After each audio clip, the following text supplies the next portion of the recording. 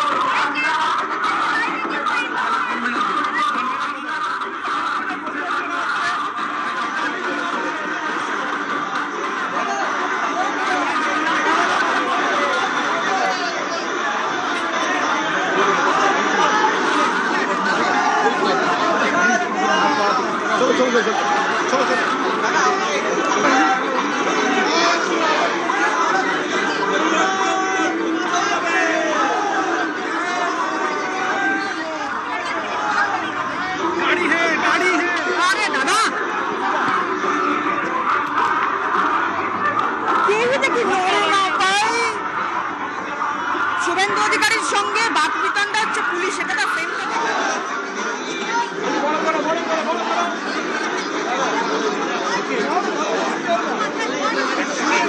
কিন্তু কি বাকবিতণ্ডা একটু জানার চেষ্টা করি, কেন এরকম একটা সিচুয়েশন তৈরি হলো সুস্মিতা? সুস্মিতা শোনা যাচ্ছে? অধিকারীর সঙ্গে পুলিশের বাকবিতণ্ডা হয় তার কারণ শুভেন্দু অধিকারীর যে রাস্তায় আজ প্রচারের কথা ছিল ৭২ নম্বর ওয়ার্ড, সেই রাস্তায় শুভেন্দু অধিকারীর প্রচারের গোটা রাস্তায় তৃণমূল কংগ্রেসের তরফ থেকে মাইক লাগিয়ে সেখানে তাকে প্রচারে বাধা দেওয়ার চেষ্টা করা হয়েছে বলে শুভেন্দু অধিকারীর অভিযোগ।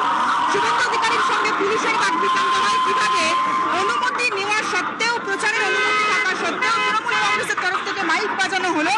শুভেন্দু অধিকারী পুলিশের কাছে অভিযোগ জানান এবং তার পাশাপাশি পুলিশের কাছে তিনি অভিযোগ জানান এবং অবশ্যই তিনি বলেন যে তৃণমূল কংগ্রেস ইচ্ছে করে এখানে মাইক বাজিয়ে তারা প্রচারে বাধা দিচ্ছে এবং শুভেন্দু অধিকারী সে বিষয়ে পুলিশকে অবগত করেন। তার পাশাপাশি তিনি বেশ কিছুটা রাস্তা তিনি হেঁটে আসেন এবং গোটা রাস্তাতেই একবারে তৃণমূল কংগ্রেসের তরফ থেকে যে মাইক, সেই মাইক বাজানো হচ্ছে।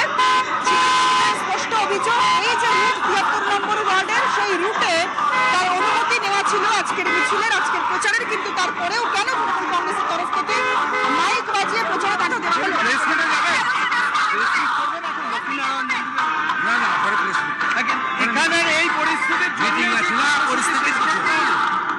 এইটুকু পারমিশন দিয়েছে, এইটুকু পারমিশন দিয়েছে।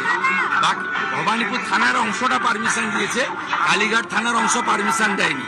পারমিশন যেখানে নেই সেখানে আমি যাব না, পারমিশন পর্যন্ত করেছি। কিন্তু ওই রুটেও মাইক বাজিয়েছে, যেটা পারমিশন নেওয়ার রুট, সেই রুটে ইতরের দল, নর্দমার কিট, মমতার দল, তৃণমূল কংগ্রেস চোরের পার্টি, তারা মাইক বাজিয়েছে। ভবানীপুর থানার বিরুদ্ধে অভিযোগ করব আর কালীঘাট থানার বিরুদ্ধে অভিযোগ করবো ইলেকশন কমিশন।